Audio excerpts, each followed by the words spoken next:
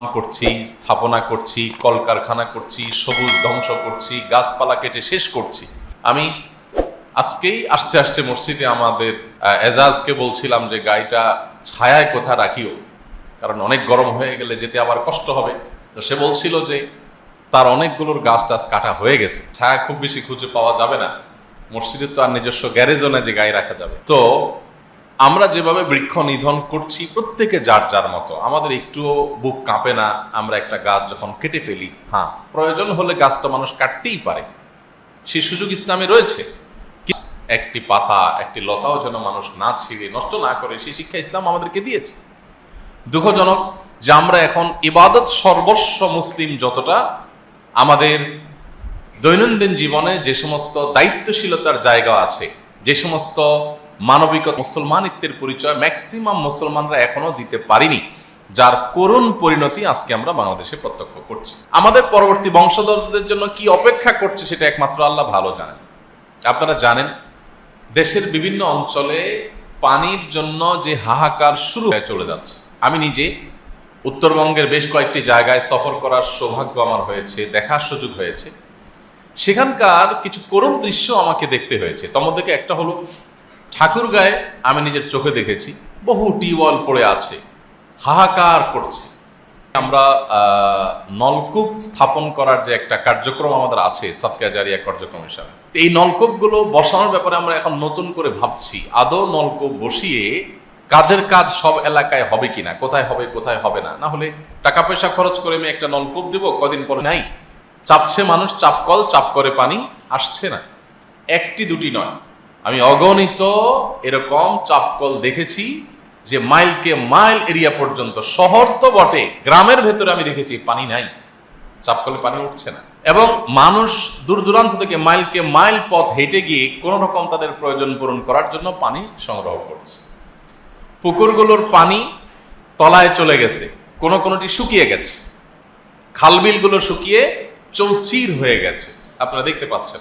এবং সাতক্ষীরাতে আপনারা অনেকেই ইতিমধ্যে দেখেছেন, বিভিন্ন জাতীয় দৈনিক এবং গণমাধ্যম নিউজ করেছে যে একটি গ্রামে বহু শুধুমাত্র পানির সংকটের কারণে তারা বৃষ্টির পানি ধারণ করবার জন্য যে পদ্ধতি অবলম্বন করেছে, গবেষণায় প্রমাণ হয়েছে সেখান থেকেই ক্যান্সারের উৎপত্তি, এবং সেটির কারণে গোটা গ্রাম মরে সাফার উপক্রম। তবে আলহামদুলিল্লাহ আমরা আসুন্নাহ ফাউন্ডেশন থেকে ওই গ্রামের মানুষদের জন্য একটা বড় ধরনের ওয়াটার প্ল্যান্টের ব্যবস্থা ইতিমধ্যে আমরা নেওয়ার কার্যক্রম হাতে নিয়েছি। সেখানে আমরা হয়তো $500,000 বা $1 মিলিয়নের কাছাকাছি টাকা খরচ করে সেখানে আমরা একটা প্ল্যান্ট স্থাপন করব, যাতে পুরো গ্রামের মানুষের বিশুদ্ধ এবং স্বাস্থ্যকর পানির, সুপেয় পানির ব্যবস্থা হয়। এটা আমরা আমাদের প্রতিষ্ঠান থেকে করবো ইনশাআল্লাহ। ইতিমধ্যে কার্যক্রম আমরা শুরু করে দিয়েছি। এবং কয়েক মাস আগে আমরা বাগেরহাটের শরণখোলা একটা পাওয়ার প্ল্যান্ট স্থাপন করেছি, সেটাও এরকম 6-7 লাখ টাকা কম বেশি খরচ হয়েছে, পানির ব্যবস্থা করতে পারছে। কিন্তু কথা হলো এই সুযোগগুলো আস্তে আস্তে হারিয়ে যাচ্ছে এবং সংকট ঘনীভূত হচ্ছে, তীব্রতর হচ্ছে। আমাদের দেখার কেউ নেই, আমাদের নিজেদেরও অবস্থা এমন হয়েছে, আমি প্রায় সময় বলি যে আমাদের যে জাতীয় পর্যায়ে আমাদের প্রত্যেক সেই ত্রুটিগুলোর মধ্যে থেকে একটা ত্রুটি হলো আমরা অনেকেই ইবাদত বন্দেগীতে মুসলমান হলেও আচার আচরণে আমরা অত্যন্ত সেলফিস্ট বা স্বার্থপর। একজন স্বার্থান্ধ মানুষ কোনো দিন কোশ্চিন কালেও ভালো মুসলমান হতে পারে না।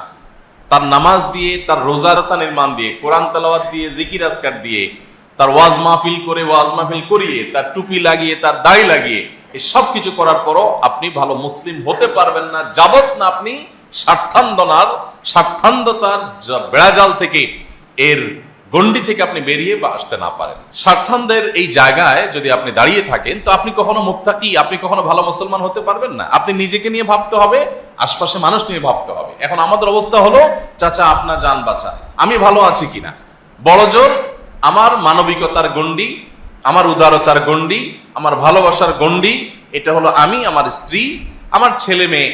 খুব বেশি উদার মানুষ হলে একটু ভাই বোনকে নিয়ে চিন্তা করে, জাস্ট এটুকু, শেষ। কেউ কেউ শ্বশুর বাড়িকে হয়তো গণ্ডিতে রাখেন, ফিনিশ। আর বাকি কে বাঁচলো, কে মরলো, কে ধ্বংস হলো, দেখার কেউ নেই। অথচ দিন শেষে আমি এই স্বার্থান্ধের এই যে বেড়াজাল, এই জায়গায় থাকার কারণে, আশপাশকে নিয়ে না ভাবার কারণে, সমাজ এবং দেশকে নিয়ে না ভাবার কারণে, সবাইকে নিয়ে না ভাবার কারণে এর করুণ পরিণতি আমাকে এবং আমার পরিবারের সদস্যদেরকেও বরণ করতে হবে টুডে অর টুমরো। এই জিনিসটা আমরা বিষয় ভাবছি না। আমার চিপসটা খাওয়া হয়ে গেছে, ঠোঙাটা ফেলে দিলাম, কোথায় গিয়ে পড়লো, কার ক্ষতি হলো, কোন জায়গায় সমস্যা হলো, কে স্লিপ খেয়ে পড়লো, আমার দেখার দরকার নেই, আমার তো খাওয়া শেষ, আমি ফেলে দিছি, আমার দায় শেষ গাড়িতে। প্রত্যেকটা বিষয়ে আমরা এতটা দায়িত্ব জ্ঞানহীন, এতটা স্বার্থপর যে আমাদের নিজের স্বার্থের বাইরে আমরা দেশ, দশ, সমাজ, আশপাশটাকে নিয়ে ভাবার ন্যূনতম ফুরসতটুকু যেন আমাদের মধ্যে নাই। আপনারা বারবার শুনেছেন এই হাদিস, আমরা বারবার বলার চেষ্টা করেছি। নবী করিম সাল্লাল্লাহু আলাইহি সাল্লাম বলেছেন, আহাব্বুন নাস ইলাল্লাহি আনফাউহুম লিন-নাস। মানুষের মধ্যে সবচাইতে আল্লাহর কাছে প্রিয় মানুষ সে যে মানুষ যত বেশি মানুষের ব্যাপারে পরোপকারী হয়, নিজের ধান্দা শুধু করে না, যে আমার দ্বারা কারো উপকারী পৌঁছতে পারি, কোনো বিপদে সহায়তা করতে পারি, আমার কারণে কারোর কোনো অসুবিধা হচ্ছে কিনা, এই জিনিসটা যখন সবাই অ্যালার্ট হয়। আমি বিভিন্ন সময় আপনাদেরকে বলার চেষ্টা করি, আমি খুব গভীরভাবে লক্ষ্য করি যে কোনো জায়গায় যাই, যে আমাদের মেন্টালিটি, আমাদের আচরণ কেমন।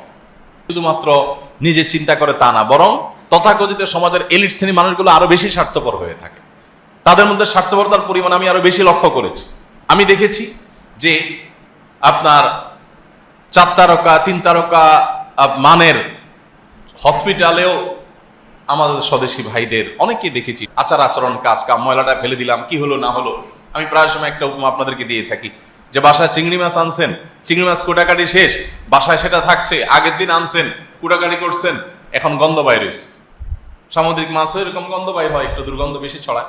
তো আপনার বাসা, আপনার কিচেনে ময়লার যে বিনটা আছে সেখানে আপনার দুর্গন্ধটা ছড়াচ্ছে। তো আপনি কি করলেন, পলিথিনটার মুখটা বেঁধে আপনার দরজার সামনে রেখে দিলেন। তাতে কি হলো, আপনি বেঁচে গেলেন, আপনার পরিবার বেঁচে গেলেন, গন্ধ আর আপনাদের কষ্ট দিচ্ছে না। কিন্তু গন্ধটা এখন কে পাচ্ছে, ওই সিঁড়ি ঘর দিয়ে যত মানুষ অতিক্রম করছে, উপর থেকে নিচে নামছে, প্রত্যেকে নাকে হাত দিয়ে দিয়ে নামছে, আপনার প্রতিবেশী দরজাটা খুলছে আর দুর্গন্ধ দিয়ে তাকে ওয়েলকাম করছে। ছোট্ট একটা ইস্যু, হয়তো আমরা চিন্তাও করি না। আপনি সকাল থেকে রাত পর্যন্ত যদি কাগজ আর কলম নিয়ে নোট করেন, আমি তো বিশ্বাস করি যে আপনি দিন শেষে 20-50টা আইটেম পাবেন যে আপনি মানুষকে অনবরত কষ্ট দিয়ে যাচ্ছেন, জুলুম করে যাচ্ছেন, মানুষের অধিকার নষ্ট করছেন, পরিবেশটাকে ধ্বংস করছেন, দূষিত করছেন। আপনি আবার গরমের তীব্রতায় হাঁপ ছেড়ে বলবেন, দেশটা কি হয়ে গেল, সব মানুষ অমানুষ হয়ে গেছে, কেউ একটু গাছ টাছ লাগায় না, কেউ একটু দেখে না। ভাইরা আমার, এই একটি কারণে আমি আমাদের সব সর্বস্তরের ভাই বোনদেরকে বলতে চাই, আমি নিজেকেও সবসময় বলি যে আসুন আমরা মানুষ হই, ভালো মানুষ হই, পরোপকারী হই। এটা আমার দিনদারিতার কমতি। আমরা ধর্মটাকে আর এই জাতীয় মানবিক দিকগুলোকে আমরা আলাদা করে দেখি। আমাদের ধর্ম তো কমপ্লিট, ইসলামে কোনো কিছুর অপূর্ণতা নেই। আপনাকে জাতিসংঘের কাছে গিয়ে কোনো কিছু ধার করতে হবে না, আপনাকে তথাকথিত মানবাধিকার সংস্থাগুলোর কাছে গিয়ে কোনো থিওরি, কোনো আইডিওলজি, কোনো স্লোগান, কোনো তাদের পদ্ধতি, কোনো তথ্য কোনো কিছু তাদের কাছে ধার করতে হবে না। আপনি ভালো মানুষ হওয়ার জন্য, একটি বাসযোগ্য পৃথিবী, বাসযোগ্য দেশ, বাসযোগ্য সমাজ গড়ে তোলার জন্য আপনাকে কারোর কাছে যেতে হবে না। আপনি ইসলামে ফিরে আসেন, ইসলামে সব কিছু আছে। আমরা যদি ইসলামটাকে ভালো করি, দিন থেকে দিন আরো ভয়ঙ্কর আকারে চলে যাবে। পানির জন্য যে হাহাকার শুরু হয়েছে, এটা কোন পর্যায়ে গিয়ে থামবে একমাত্র আল্লাহ তাআলা ভালো জানেন। বিভিন্ন হাদিস থেকে আমরা অবশ্য জানি কিয়ামতের আগে পানির জন্য হাহাকারের পরিমাণ বাড়বে এবং এত ভয়াবহ আকার ধারণ করবে যে পানির জন্য যুদ্ধ হবে। কারণ পানি দখল পুনর্দখলের ব্যাপার স্যাপার থাকবে। তো এরকম একটা পরিস্থিতিতে এই গরমের দাবদাহ, এটা থেকে উত্তরণের জন্য, এটা থেকে বেরিয়ে আসার জন্য আমাদের সুদূর প্রসারী পরিকল্পনার কোনো বিকল্প পথ খোলা নেই। আমাদেরকে একটি বিপ্লব করতে হবে। সেই বিপ্লবটা হলো বৃক্ষরোপণের বিপ্লব। সর্বস্তরে এমন কোনো মানুষ আমরা থাকবো না যে আমি নিজ উদ্যোগে এক বা একাধিক গাছ রোপণ করে সেটির পরিচর্যা করে সেটিকে বড় করে তোলা, এটা আমি করব। আমার সন্তানকে যেরকম আমি গড়ে তুলি, আমার পরিবারকে যেরকম আমি গড়ে তুলি, আমি কিছু গাছ এরকম লাগাবো, সেগুলো প্রাণ, এবং সেই প্রাণগুলোকে আমি গড়ে তোলার চেষ্টা করব।